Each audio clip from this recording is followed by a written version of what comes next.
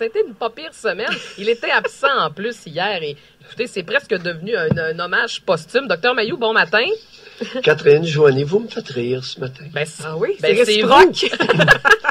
C'est vous qui nous faites rire. Oui. Docteur Mailloux, êtes-vous allé réécouter l'émission parce que, remettre les gens en contexte, hier, vous étiez absent pour une raison professionnelle et on a décidé, Robert et moi, on co-animait ensemble, on voulait démystifier le personnage du docteur Mailloux. Alors, les auditeurs nous ont appelés et à un moment donné, on a réalisé on dirait qu'on vous faisait un hommage posthume. On dirait que vous étiez décédé. Mais rassurez-nous, vous êtes bien en vie ce matin. Légèrement vivant et attendez Oui. ce que j'ai à vous dire. OK. Est-ce que vous voulez parce que je voulais vous parler de la présence de Marie-Paul Ross hier à l'Institut de Kirana. Je veux juste savoir, elle disait hier qu'il faut parler de sexualité avec nos enfants dès l'âge de 3 ans. Et je me disais, ah oui, aussi jeune que ça, docteur Mailloux? Catherine et Joanie, Oui. je n'accepterai pas que Trois-Rivières devienne un dépotoir de bondieuserie et de stéréotypes sexuels de leaders rabougris. OK, bon. Expliquez-vous là-dessus. Vous êtes pas d'accord avec elle? C'est pas que je suis pas d'accord, c'est que c'est épouvantable. Qu'est-ce qui est épouvantable?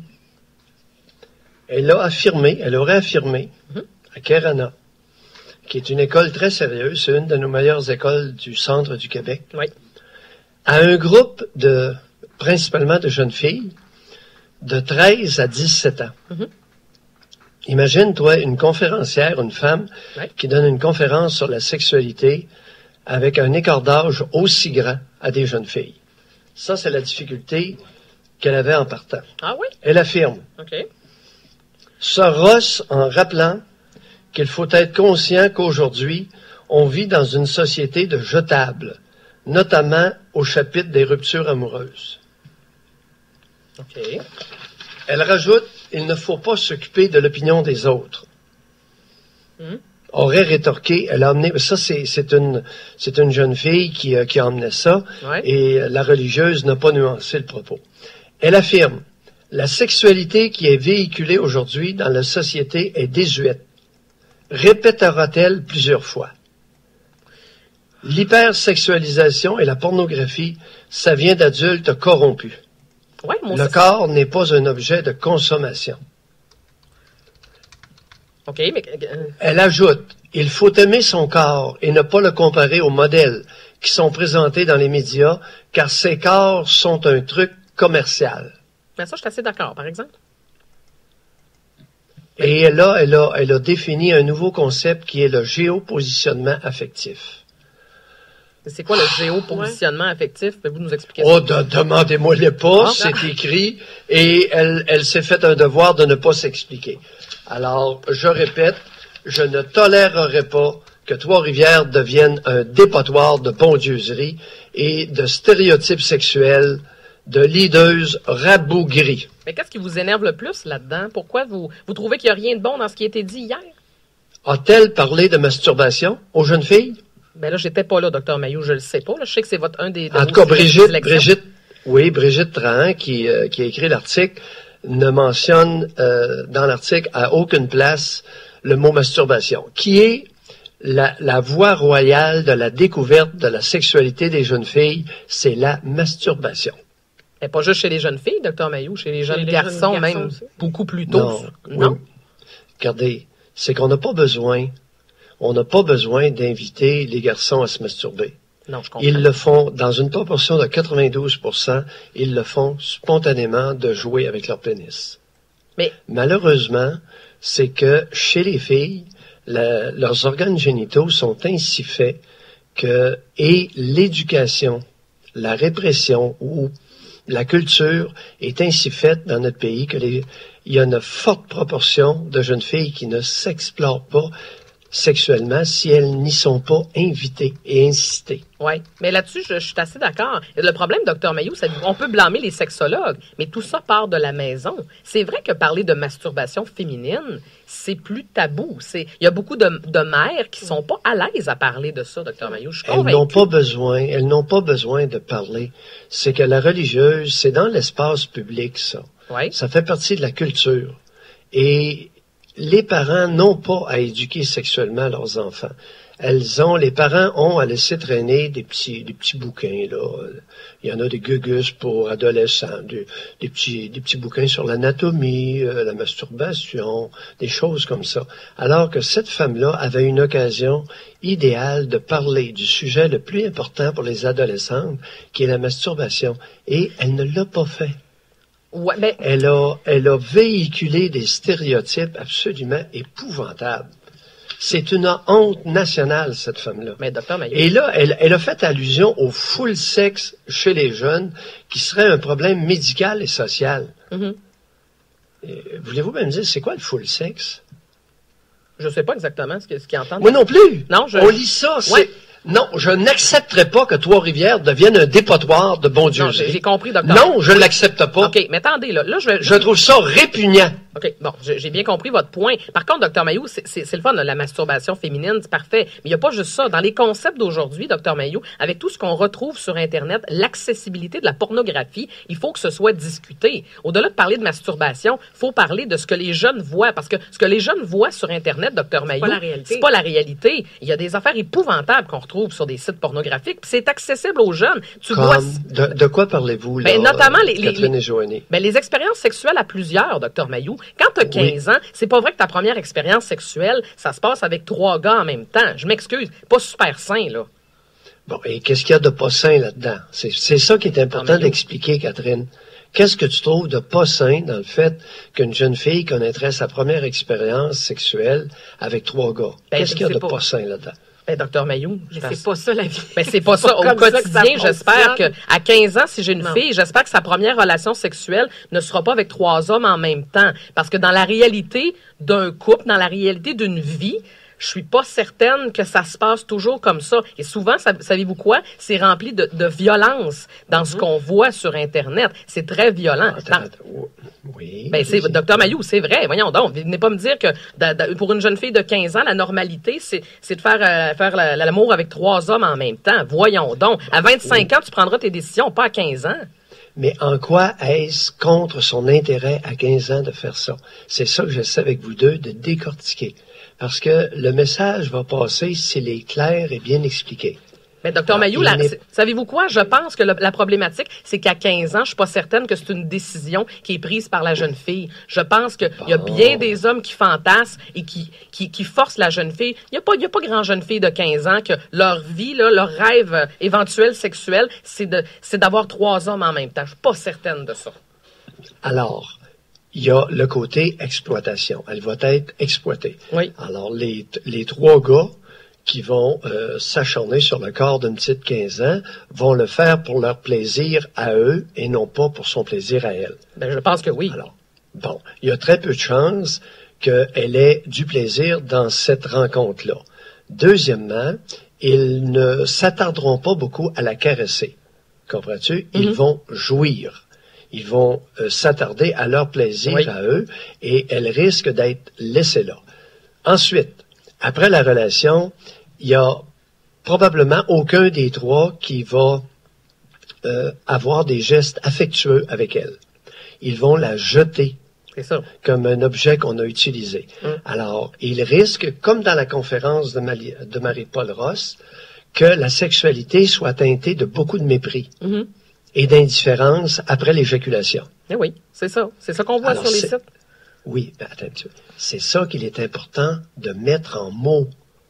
Et non, au lieu de s'insurger sans dire, il est important de s'insurger, mais en expliquant. Oui, en fait, savez-vous quoi? Moi, je m'insurge et vous expliquez. C'est parfait. On fait un duo idéal, docteur Mailloux. Vous êtes là pour ça. L'équipe est là. Mais c'est important de le dire, docteur Mailloux, parce que ça m'inquiète. Il n'y a pas juste du mauvais dans sa conférence. Là-dessus, je suis pas d'accord avec vous. Écoute, c'est d'une pourriture innommable. Mais voyons. C'est que on est de retour 50 ans en arrière. Vous avez pas vécu ça, vous autres. L'éducation sexuelle par les prêtres, les aumôniers, les frères et les sœurs. Vous avez pas vécu ça. Ça n'a pas changé d'un iota. C'est teinté de mépris. Alors, ces individus-là devaient faire le vœu de chasteté. Donc, ne s'exploraient pas. Donc, ne se mettaient pas. Et là, ils devenaient les connaisseurs en la matière. Ouais.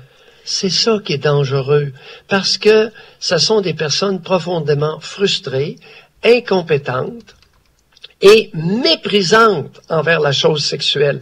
Ça transpire le mépris, sa conférence. Ça transpire le mépris envers les belles femmes. Ça transpire l'ignorance. Il y a une jeune fille qui lui a demandé à 13 ans, est-ce normal d'avoir des relations sexuelles avant 18 ans? Elle n'a pas répondu. Soros n'a avancé aucun âge dans sa réponse. Je capote! Oui, mais je vous comprends. Là-dessus, je suis assez d'accord, mais Dr. Maillet... Mais, écoute, elle est infirmière. Elle est supposément sexologue clinicienne. Mm-hmm. Elle n'est pas capable d'avancer un chiffre connu en Amérique. La moyenne d'âge des relations sexuelles, hommes et femmes, en Amérique du Nord, aux États-Unis, est maintenant de 17 ans.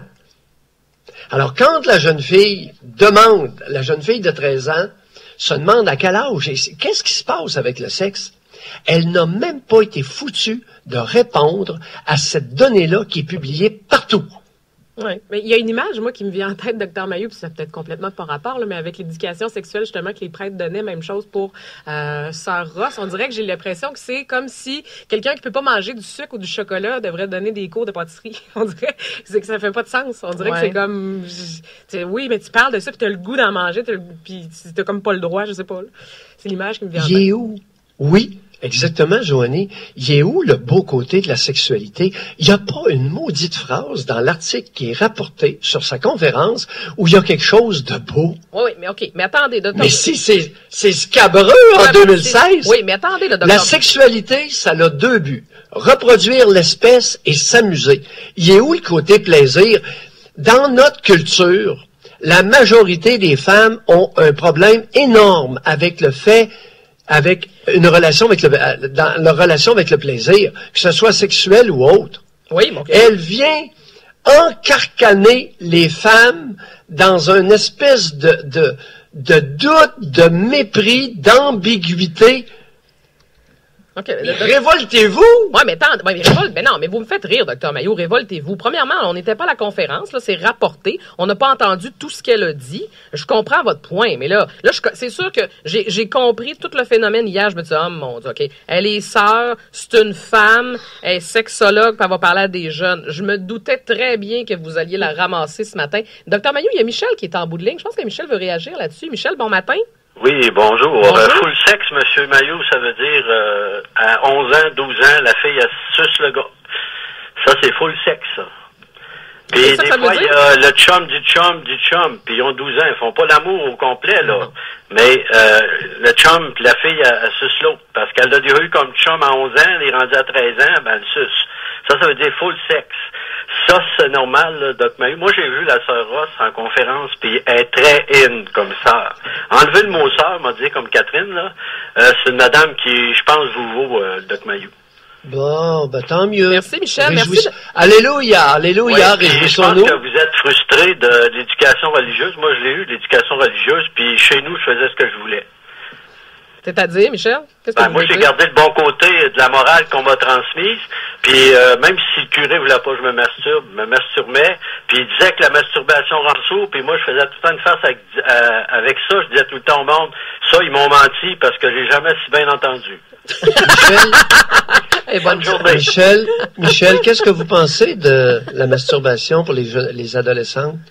Pour les adolescents, j'ai rien contre ça. Je veux dire, il y a des méthodes, ils les connaissent. Premièrement, là, Internet aujourd'hui, là, moi, je suis un vieux de 60, là, puis je connais rien Internet, puis on m'a montré des choses là-dessus. Puis il paraît que les jeunes, là, moi, ils m'ont dit, il fait longtemps qu'on sait ça, Monsieur Lapointe. En tout cas, c'est Michel, là, c'est Monsieur Lapointe, mon nom. Ça me dérange pas de le dire. Non, mais... mais d'un côté ou de l'autre, là, je veux dire, moi, j'ai vu des choses sur Internet que je pensais jamais que les humains pouvaient faire. Oui, mais justement, Michel, ça, c'est une problématique, par exemple. Je suis pas sûr que c'est très sain, là. Non, puis les enfants voient ça. Je veux dire, il y a des enfants de 10 ans, 11 ans, 12 ans, 9 ans qui vont là-dessus. Oui, c'est ça. Exactement. Ça, c'est les parents qui font pas le job. Hein. Michel, grand connaisseur parmi les éternels, comment vous expliquez qu'une femme sur deux a jamais eu d'orgasme à 20 ans? Ah, ben là, le problème... je sais pas, je suis pas... Alors, mêlez-vous de vos affaires. C'est un problème de femme dont on discute. Premièrement, j'ai le droit à mon opinion. Okay. Vous êtes votre un gros opinion, on en personnage. a qu'à foutre. Ben voyons, Parce c'est que pas vrai, des là. individus comme vous, là, Vous ça parlez mal, empeste vous le êtes Québec. un grossier personnage, vous n'êtes pas un modèle pour notre jeunesse. Merci. Vous empestez le Québec. Merci, votre Michel. race. Docteur Mailloux. Soit. Docteur Mailloux, quand les gens sont pas d'accord avec vous, vous les méprisez. Michel a le droit à son opinion, là, je sais. Est-ce qu'on peut entendre nos auditeurs? On le fait le midi. On commencera pas à censurer nos... Êtes-vous rendu que vous censurez nos auditeurs, Docteur Mailloux? Pas du tout. Ben, Il a dit ce c'était qu'il avait pas à loin. dire.